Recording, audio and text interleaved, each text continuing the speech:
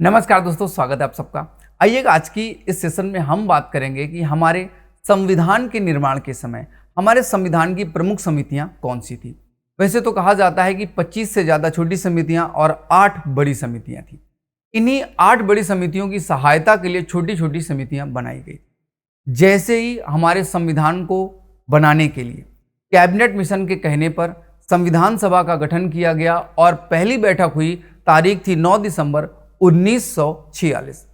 उसके बाद जब एक और बैठक होती है 13 दिसंबर को, यानी कि जिस दिन प्रारूप या संविधान का प्रारूप पंडित जवाहरलाल नेहरू के द्वारा प्रस्तुत किया जाता है, उसी के साथ संविधान के निर्माण की कार्यवाही शुरू हो जाती है। और इस कार्यवाही के लिए समितियों के निर्माण की आवश्यकता थी, यानी कि संविधान के निर्माण के लिए हमारे पास कुछ न कुछ ग्रुप होने चाहिए। बहुत ही सिंपल सा लॉजिक है। संविधान सभा में 389 सदस्य थे, लेकिन यह 389 सदस्य अगर सब मिलकर किसी एक काम को करते तो लड़ाई ज्यादा होती। इसके लिए जरूरी था कि जो व्यक्ति जिस काम को, जिस मुद्दे को, जिस समस्या को भली भांति समझता है, उसे उस कार्य के लिए हम शक्ति प्रदान कर दें। इससे क्या होगा, वह अपनी शक्ति का पूरी तरह से सही दिशा में प्रयोग करेगा, रिजल्ट भी सकारात्मक होंगे। जैसे मान लीजिएगा कि कोई व्यक्ति है, उसे मेडिकल की जानकारी बहुत अच्छी, उसने डॉक्टरी बहुत दिन की है और हम उसे कृषि के कार्य में लगा दें, तो जाहिर सी बात है बेड़ा गर्क ही होने वाला है। तो इसलिए हमें चाहिए कि हम उस व्यक्ति के शक्ति, क्षमता, ज्ञान का उपयोग मेडिकल के क्षेत्र में ही करें। ऐसा ही किया गया। जिस व्यक्ति को जिस क्षेत्र की जानकारी थी, उसे उस कार्य के लिए समर्पित एक समिति को बनाकर दे दिया गया। पूरे संविधान सभा के सदस्य उन समितियों के सदस्य थे और सभी लोगों ने मिलकर 2 साल 11 महीने 18 दिन में हमारे देश का संविधान बनाया, जो कि दुनिया का सबसे बड़ा संविधान है और सबसे अच्छा संविधान माना जाता है। हमारे लिए तो सबसे अच्छा संविधान है और हमारे देश की आत्मा भी हमारे संविधान में बसती। दरअसल इस संविधान के निर्माण में जो समितियां बनाई गई, उन समितियों के बारे में आज के सेशन में हम बात करने वाले थे। तो आइएगा, आप सबका बहुत बहुत स्वागत है राइस स्मार्ट के यूट्यूब चैनल में। मैं हिमांशु यादव। बात करते हैं इस सेशन में क्या कह रहे हैं। तो देखिएगा, जो सबसे ज्यादा इंपॉर्टेंट समितियां हैं, उनमें से पहली समिति है जिसका नाम है संघ अधिकार समिति, यानी कि यूनियन पावर कमेटी। यूनियन के साथ आपको 3 समितियां मिलने वाली हैं, यूनियन कॉन्स्टिट्यूशन कमेटी अर्थात संघ संविधान समिति, और यूनियन स्टेट कमेटी, इसको हम बोलते हैं केवल स्टेट कमेटी। एक राज्य से समझौता समिति है, उसकी बात अलग है। अदरवाइज ये 3 आपकी जो है, union power committee, union state committee और आपकी यूनियन कॉन्स्टिट्यूशन कमेटी, तीनों के अध्यक्ष कौन है? पंडित जवाहरलाल नेहरू। ये तीनों समितियों के अध्यक्ष कौन है? पंडित जवाहरलाल नेहरू। साथ ही साथ इसके बाद स्टीयरिंग कमेटी। आप लोगों ने सुना होगा कि गाड़ी मैं चलाऊंगा, स्टीयरिंग मैं पकड़ूंगा। और आपको भली भांति पता होगा कि हमारी संविधान सभा जब बनाई गई तो उसके संचालन के लिए अध्यक्ष की जरूरत थी।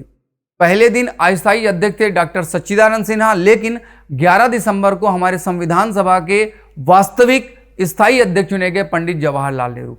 तो अब संविधान सभा किधर काम करेगी, किस तरह से चलेगी, यह कार्य उस संविधान सभा के मुखिया का था, अर्थात राजेंद्र प्रसाद जी का था। तो राजेंद्र प्रसाद जी के ही नाम पर बनाई गई संचालन समिति, जो कि संविधान के संचालन के लिए नियमों को बनाएगी और चलाएगी। तो वही यहां पर लिखा हुआ है संचालन समिति अर्थात राजेंद्र प्रसाद। साथ ही साथ रूल एंड प्रोसीजर कमेटी, अर्थात उस पूरे के पूरे संविधान सभा के नियम कौन बनाएगा? तो जो उसका प्रमुख है, जो उसका हेड है, अर्थात राजेंद्र प्रसाद जी के द्वारा ही यह काम भी किया गया था।